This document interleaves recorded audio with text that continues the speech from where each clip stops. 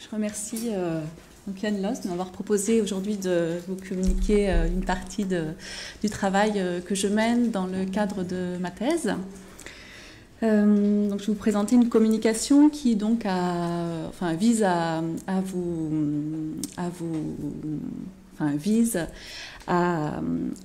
se centre davantage vraiment sur l'analyse de production d'élèves dans le cadre d'une séquence qui a été mise en œuvre donc en classe de 3e sur la construction du concept de sélection naturelle.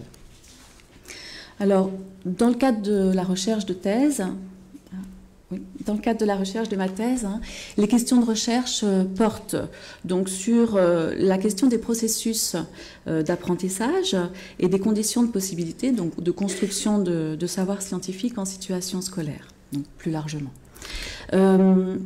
Plus précisément, le problème porte sur des conditions de possibilité de changement de registre épistémique. Donc là, ça nous intéresse du point de vue de l'enseignement de l'évolution, puisque on va tenter en classe de 3e d'articuler la génétique avec le darwinisme. Et puis, forcément, ça amène à un autre problème, qui est la recherche des conditions de possibilité pour outiller les élèves, afin qu'ils puissent s'inscrire justement dans un nouveau registre épistémique. Cette thèse articule deux cadres théoriques, donc en didactique DSVT. Le cadre théorique donc, de la problématisation, développé donc, par Christian Orange, les travaux de Françoise Björka, de Denise Orange-Ravachol, de Yann Lost, et puis le cadre théorique de la théorie historico-culturelle, donc, qui est développé par Brossard, notamment Michel Brossard. Voilà. Et dans ce cadre-là, notamment, on s'intéresse particulièrement au rôle des interactions langagières dans la construction de savoir.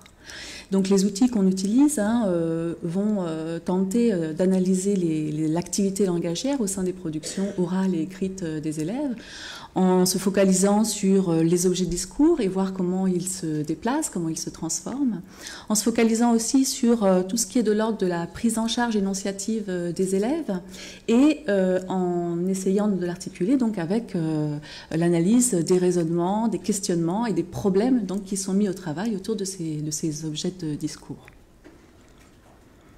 Alors ce travail didactique est fortement dirigé en fait par des analyses d'ordre épistémologique qui viennent normer les analyses de façon assez forte. Et les analyses épistémologiques donc, qu'on a menées se sont faites notamment à travers donc, le travail de Jean Gaillon, mais aussi de Guy Rumlar, d'Yvette Conry et d'Hervé Le Guyader. Voilà. On a tenté à travers cette analyse épistémologique de reconstituer le contexte socio-historique du concept de sélection dans un cadre néo-darwinien.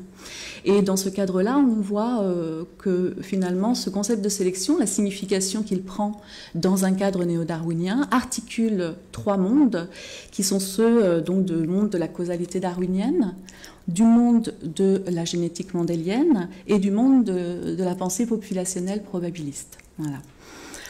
Bien sûr, relativement à ces mondes-là, donc qui portent en eux des outils qui vont pouvoir notamment être pour nous avoir peut-être du sens dans la construction d'une situation problème pour venir outiller les élèves, cette fois-ci en situation scolaire, sont forcément articulés avec de nombreux obstacles. Voilà, l'obstacle du finalisme, du mécanisme. Du point de vue de la génétique mendélienne, bon, il y a l'obstacle de l'hérédité mélange, alors que sur la génétique mendélienne, on est bien sur un concept d'hérédité particulière. Voilà, donc tous ces éléments-là interagissent ensemble. Alors, le dispositif de recueil de données, en fait, c'est une séquence qui a été mise en œuvre par une enseignante, Claire de Cussy, en classe de 3e, et donc une séquence de 3 séances, et j'ai surligné en violet les productions d'élèves qu'on va regarder ensemble aujourd'hui. Dans la première séance, l'intention de l'enseignante était de demander aux élèves en fait, d'articuler leurs connaissances en génétique avec un texte qu'elle leur fournit et qui est un texte qui relate une explication lamarckienne de l'évolution. Et puis dans la deuxième séance, elle a construit une situation problème autour de l'évolution de population de phalènes. Alors cette première séance, donc confrontation entre leur connaissance de génétique et un raisonnement de nature lamarckienne, porte donc sur le texte qui leur a été fourni, qui est le suivant. Alors je vous le lis rapidement, voici l'exemple du cou de la girafe. D'après Lamarck, il fut un temps où le cou de toutes les girafes était beaucoup plus court, puis après une longue période de sécheresse, les feuilles ne poussèrent plus que tout en haut des arbres, les girafes durent tendre leur cou pour atteindre ces feuilles, et à force de le tendre, il s'allongea. Ensuite, c'est tout aussi important, chaque millimètre supplémentaire de cou acquis par les parents se transmet à leurs enfants. Voilà. La consigne donnée était produire une explication scientifique qui confronte cette théorie sur l'évolution des populations de girafes avec vos connaissances de génétique sur la transmission des caractères héréditaires d'une génération à l'autre. Une question finalement assez ouverte. Alors, voici la production d'un travail de groupe à partir donc, de cette tâche. Alors, voilà le texte qu'ils ont écrit sur une affiche. C'est impossible que le cou s'allonge ainsi. Les chromosomes transmis des parents aux enfants ne peuvent changer par magie. Exemple, si on tend le bras, il ne va pas grandir, même si on fait ce mouvement tous les jours. Un caractère dû à l'entraînement ne peut pas être transmis. Hypothèse, peut-être que ce sont les feuilles qui sont à l'origine de l'allongement du cou. Une substance agirait sur les cellules reproductrices. Voilà. Alors on va rentrer dans une analyse un petit peu plus fine de cette mise en texte en reprenant donc les morceaux. J'ai découpé ce texte en plusieurs sections. C'est impossible que le cou s'allonge ainsi. Les chromosomes transmis des parents aux enfants ne peuvent changer par magie. Alors, on voit là qu'on a bien une articulation de deux objets de discours différents, le cou et les chromosomes. Autrement dit, on voit que les élèves mettent en relation le niveau phénotypique avec le niveau génotypique et donc tentent d'inscrire leur discours dans le monde de la génétique. Alors, le transmis des parents aux enfants est bien une insertion d'une boucle informative au sein de la phrase qui montre qu'ils prennent bien en charge le problème de l'hérédité. Le cou s'allonge ainsi. Alors, on a une certaine dissonance là, dans le sens où on ne sait pas trop si le cou s'allonge ainsi réfère au cou qui s'allonge de la girafe en tant qu'individu, ou si c'est le cou qui s'allonge ainsi au sein de la population, c'est-à-dire le cou qui s'allonge dans la population, donc qui se référait à la population. Donc on ne sait pas si les élèves sont sur le niveau individuel ou sur le niveau populationnel, comme s'ils avaient du mal encore à contrôler ces deux niveaux-là. Voilà. C'est impossible que le cou s'allonge ainsi. Si on reprend cette formulation-là, on voit que les élèves, dès le départ de leur texte, adoptent une certaine posture, on peut dire posture énonciative, qui est de l'ordre de la réfutation, qui se donc positionne contre la voie lamarckienne du texte. Voilà. Les chromosomes ne peuvent changer. Donc là, on voit bien que dans le raisonnement, il y a construction implicite, donc d'une nécessité qu'il y ait une variation héritable au niveau génétique. Voilà. Et en fait, cette nécessité vaut argument de réfutation dans leur mise en texte. Voilà. Alors, implicitement, on voit qu'ils prennent en charge le problème des conditions de possibilité de la transformation, même si c'est un peu dissonant. Et puis, le par magie à la fin renvoie implicitement au problème de la causalité de la variation génétique héritable. C'est-à-dire qu'on est en fait peut-être sur deux problèmes là dans cette mise en texte. Ensuite, ils vont citer un exemple. Si on tend le bras, il ne va pas grandir, même si on fait ce mouvement tous les jours. Alors, on voit bien que cette boucle argumentative renvoie en fait à l'analogie avec la voie lamarckienne du texte. Si on tend le bras, c'est on tendre le cou, d'accord. Grandir, c'est l'allongement du cou. Donc il se réfère bien à ça. Ensuite, le fait de faire un retour à la ligne, de souligner le mot exemple, de mettre deux points, c'est une opération en fait de prise en charge de leur énoncé qui souligne leur intention argumentative. Et on voit bien qu'à travers les deux sections qu'on vient de lire dans ce texte, les élèves s'inscrivent dans un débat contradictoire par rapport à la voie lamarckienne du texte. Voilà. Et cet exemple, en fait, est plus focalisé sur la remise en cause de l'idée de modification des caractères par l'usage. Donc l'exemple est un petit peu décalé par rapport à ce qui est présent dans la première section du texte. En plus de ça, bon, il y a accentuation de cette remise en cause avec des éléments qui sont le même si et le point d'exclamation à la fin. Hein. Et puis, leur argument reste quand même un argument en fait, d'autorité qui s'inscrit dans leur monde quotidien. Ensuite, un caractère dû à l'entraînement ne peut pas être transmis. Alors, il y a un retour à la ligne, le texte est centré, ils l'ont écrit plus gros en plus gros caractères, et cette phrase a bien un statut de conclusion dans leur mise en texte. Voilà. On a aussi le fait que là, l'objet de discours se déplace, puisqu'on n'est plus sur le bras, le cou, on est sur un caractère. Donc il y a un effet peut-être de généralisation, on parle aussi de dénivellation, hein, et il y a bien affirmation à ce moment-là de l'impossibilité de l'hérédité des caractères acquis. L'hypothèse qu'il propose ensuite, donc une alternative explicative, hein, alors ce qui est bien avec le peut-être, avec le agirait, hein, donc ils prennent position et donnent des marques de modalisation hein, qui marquent bien qu'ils proposent une solution hypothétique. Voilà. Et puis là, on a de nouveaux objets de discours qui apparaissent, feuilles, substances et cellules reproductrices, qui est d'ailleurs souligné. On voit que les élèves, dans cette alternative explicative, hein, en fait, sont à la recherche d'une causalité matérielle, d'une recherche d'un événement causal qui pourrait donc fournir un support matériel susceptible d'induire la variation génétique. Donc, autrement dit, on est dans un cadre d'un déterminisme causal, mécaniste, hein, avec un modèle inducteur d'une substance qui viendrait agir au niveau donc, de l'information génétique. Voilà. Dans cette hypothèse, on voit que le point de vue des élèves est de nouveau focalisé sur le problème de l'allongement du cou, mais au niveau de l'individu. D'accord ? Bien qu'il soit... alors, au niveau de l'individu, voilà, c'est bien une alternative explicative à ce niveau-là. Voilà. Mais le fait de souligner les cellules reproductrices, hein, c'est une forme encore d'opération voilà, énonciative qui montre implicitement hein, qu'ils insistent quand même sur cette nécessité d'une variation héritable, hein, donc au niveau des cellules reproductrices. Voilà. Et donc subsiste en fait, là, dans la fin de ce texte, cette dissonance entre le niveau populationnel et le niveau individuel. Finalement, ce texte, donc on voit bien qu'on est bien dans une confrontation controversée entre la voie lamarckienne et le principe de transmission des caractères au cours de la reproduction dans le cadre de la génétique. Hein. Le genre textuel est intéressant parce que c'est un genre théorique explicatif, argumenté. Voilà. Cette dissonance, donc, qui ne semble pas contrôler entre un niveau individuel et un niveau populationnel. Et puis deux problèmes qui semblent en fait pris en charge par les élèves. Le problème de la transformation de la population et également le problème de l'origine de la variation génétique. Voilà. Et l'alternative explicative, donc, qui se centre sur une recherche d'une causalité matérielle, hein, avec là donc l'obstacle du déterminisme qui pointe son nez. Voilà. Alors en fait, on pourrait se demander à l'issue de cette activité, finalement, est-ce que les élèves de 3e ont les outils conceptuels nécessaires pour justement réussir à articuler le niveau individuel avec le niveau populationnel?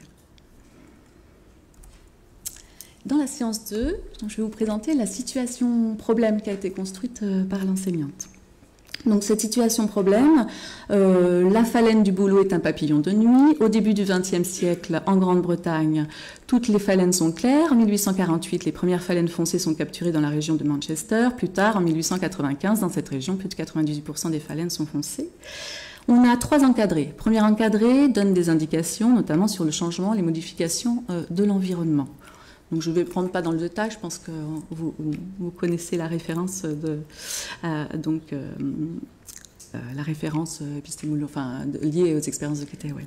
Le deuxième encadré donne des informations sur la relation qui lie papillon et oiseau. Et le troisième encadré donc, donne des informations sur le gène qui détermine la couleur des phalènes, qui existe sous 2 formes, l'allèle C et l'allèle F. Donc là, on est bien dans le cadre d'un caractère mendélien. Voilà. Puis des cartographies qui montrent donc des évolutions de populations de phalènes dans différentes régions.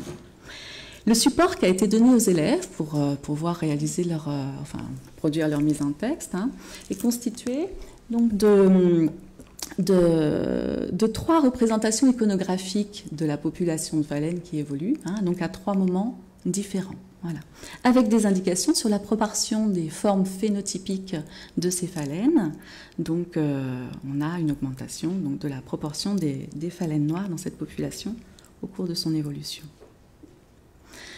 Alors comment donc on a dans le corpus de données, on a à la fois l'enregistrement du groupe que je vous ai présenté là pour la première production, l'enregistrement de leur débat entre elles, donc c'était une diade de 2 élèves, et puis ensuite leur mise en texte. Donc je vais vous proposer de rentrer dans ce qui se joue au niveau du débat, alors pas de manière exhaustive parce que c'est assez long et ça a déjà été fait dans le cadre d'une publication dans les cahiers de l'Ardiste cette année. Et puis on va regarder plus en détail la mise en texte de ce groupe à l'issue du travail sur la situation problème. Mais par rapport donc, au débat qui se joue, voilà en fait comment les élèves vont s'emparer de cette situation problème. Au départ, le premier problème qui va être mis au travail, qui porte plutôt sur comment et pourquoi tous les papillons blancs se transforment en papillons noirs. Donc on est centré sur l'individu. C'est bien le problème de la transformation des papillons blancs, enfin d'un papillon blanc qui doit se transformer en papillon noir. Dans les argumentations des élèves, on est vraiment ancré dans le monde quotidien, avec un premier modèle qui est le modèle du dépôt, c'est-à-dire les papillons parce qu'ils sont sur des écorces pleines de charbon, le charbon va venir se déposer sur eux et donc ils deviennent noirs. Vous voyez qu'on est vraiment sur un modèle très ancré dans le monde quotidien, c'est le modèle du dépôt. Alors ce modèle du dépôt, il va être discuté par les élèves et va assez vite être remis en cause pour basculer sur un modèle de déterminisme causal mécaniste où en fait c'est le fait de manger du charbon qui fait qu'il y a une substance qui va venir agir sur l'information génétique et modifier l'information génétique. Ensuite, elles vont basculer sur un deuxième problème qui est quels sont les liens entre le changement de l'environnement et les modifications de l'information génétique de l'individu. C'est là donc où elles vont produire, je me suis un peu inversée, elles vont produire ce modèle-là. Et on voit bien dans le fil des interactions vraiment une controverse entre le comment et le pourquoi, avec une vision finaliste chez une des élèves, et puis plutôt une vision mécaniste déterministe chez l'autre. Ensuite, l'enseignante va intervenir au sein de ce groupe et sur la question de la transformation de l'information génétique des papillons, elle va en fait venir fermer le problème en apportant la solution, enfin une solution, qui est que finalement cette mutation, cette variation génétique héréditaire est aléatoire. Et ça ferme le problème de la question de son origine. C'est aléatoire, c'est pas ça qu'on cherche et c'est pas là-dessus qu'on va travailler. Ce qui va permettre de réouvrir sur le problème qui est visé par l'enseignante. Voilà. Donc ce troisième problème, comment une modification du milieu de vie des papillons peut-elle influer sur la proportion de papillons blancs et noirs dans la population de papillons, alors que cette proportion devrait rester stable dans le temps. Mais on voit que c'est assez compliqué en fait, parce que là, je vous ai donné une intervention de l'enseignante. J'ai surligné des objets de discours qui montrent qu'il y a une grande distance en fait entre le contexte dans lequel pense et parle l'enseignante vis-à-vis de la situation problème, et puis ce que disent les élèves. Il y a un écart très grand. Donc comment va se jouer la réduction de cet écart pour tirer les élèves, pour les amener à se déplacer, à la fois sur le bon problème, mais aussi sur les bons objets de discours, et puis sur des raisonnements qui sont quand même complètement inversés, puisqu'on cherche à leur faire élaborer une causalité darwinienne.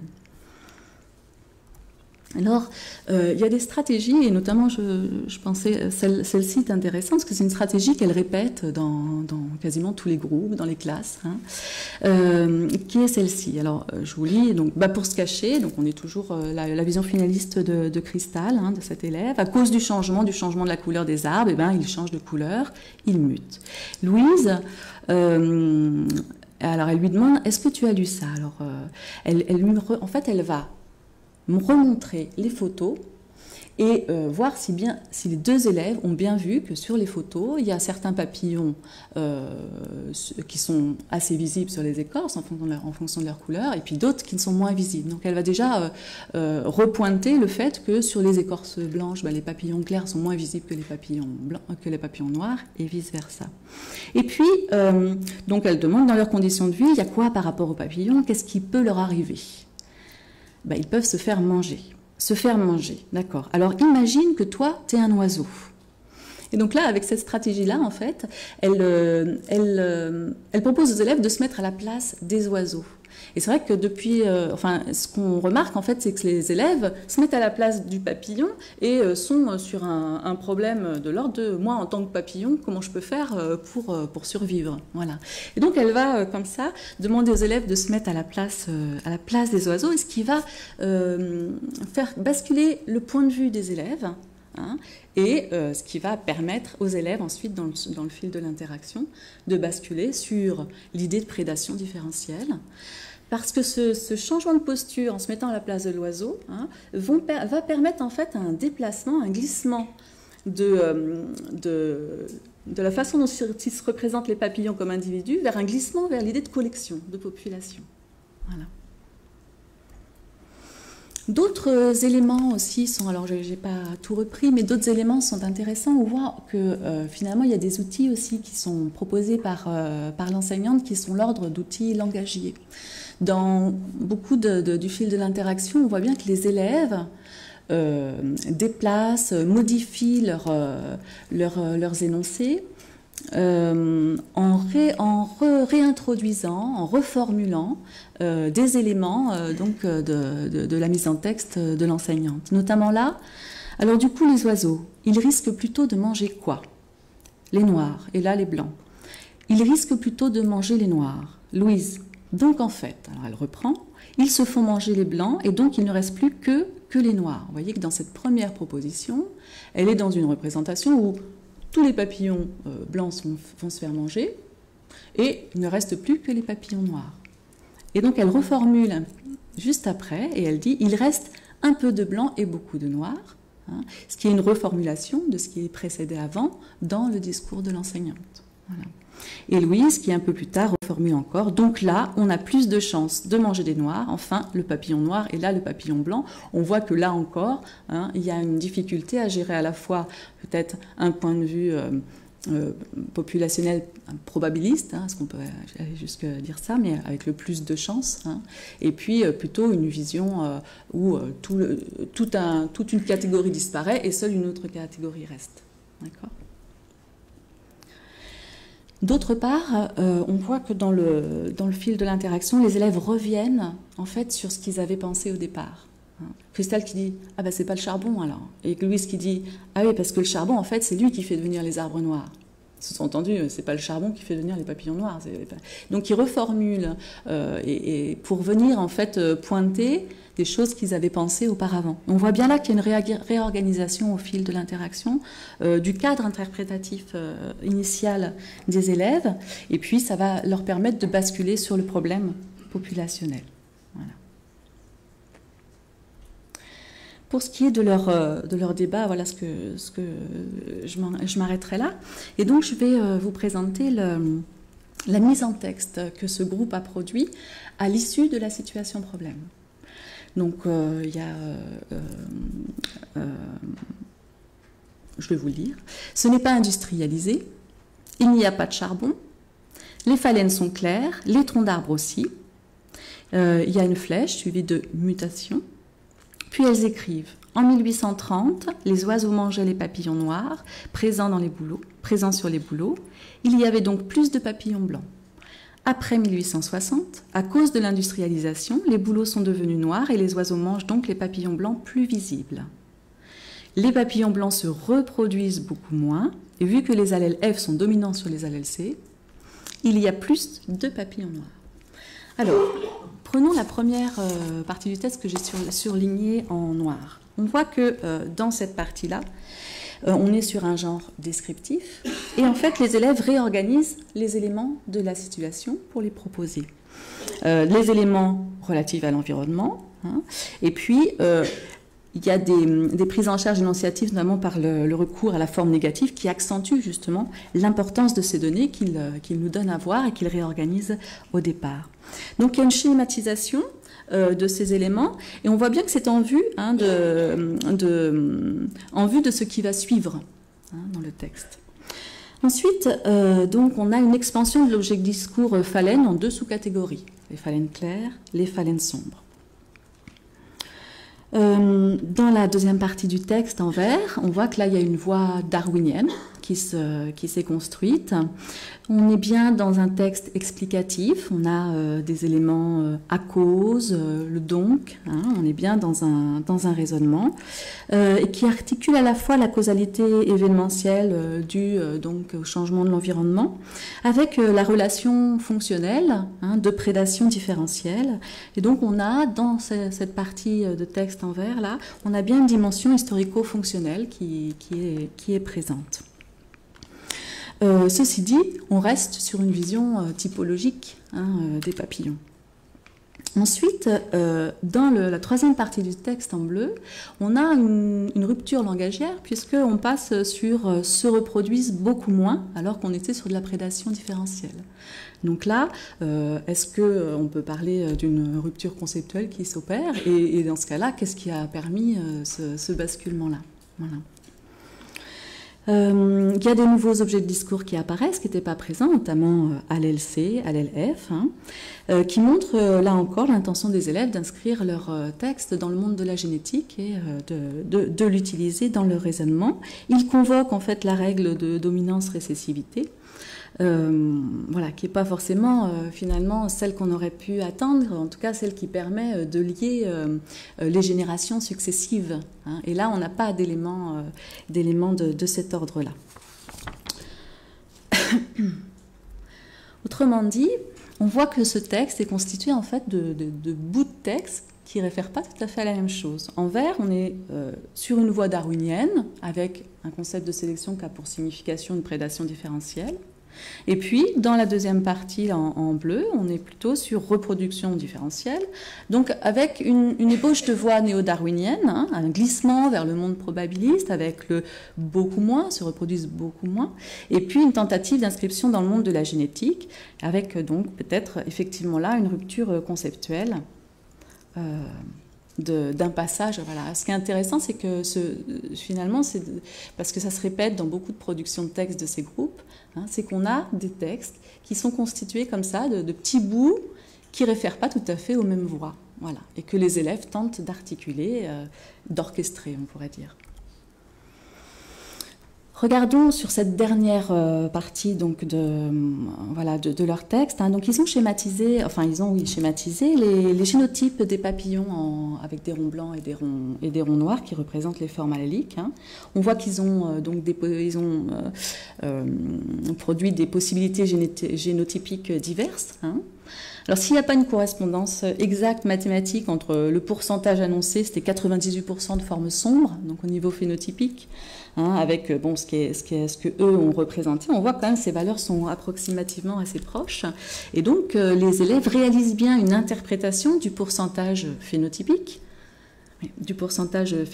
avec le niveau phénotypique. Donc ils articulent bien ces deux niveaux-là.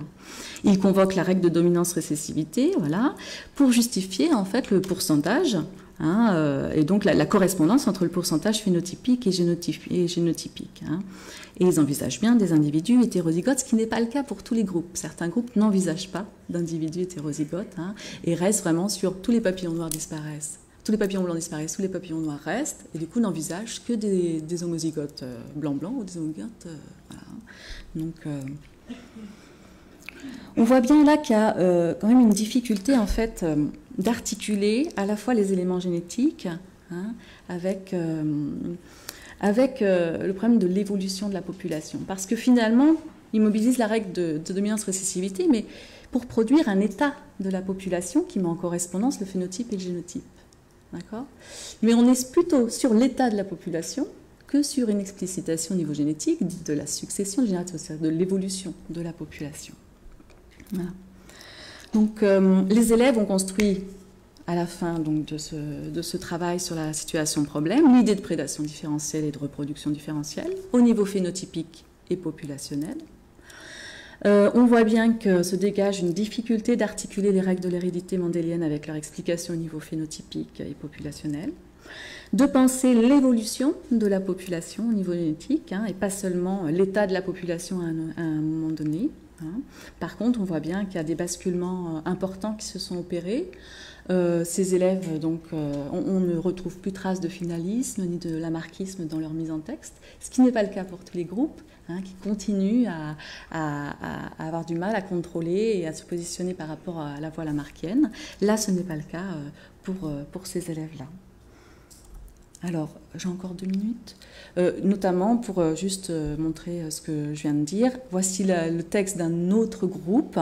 Dans la réécriture qu'ils font, on a en rouge la voie lamarckienne qui est toujours présente, les papillons clairs qui avant pouvaient se camoufler dans ces troncs pour éviter ces prédateurs ont fini par devenir sombres comme la couleur des troncs des arbres. On voit bien qu'il y a du finalisme et du lamarckisme qui est toujours présent, donc une voie lamarckienne toujours présente. Et puis, en vert, mais le fait qu'ils se font manger, se fassent manger, j'ai gardé l'orthographe et la mise en texte des textes, mais le fait qu'ils se font manger entraîne une disparition totale de ces phalènes, ils ne peuvent donc plus se reproduire.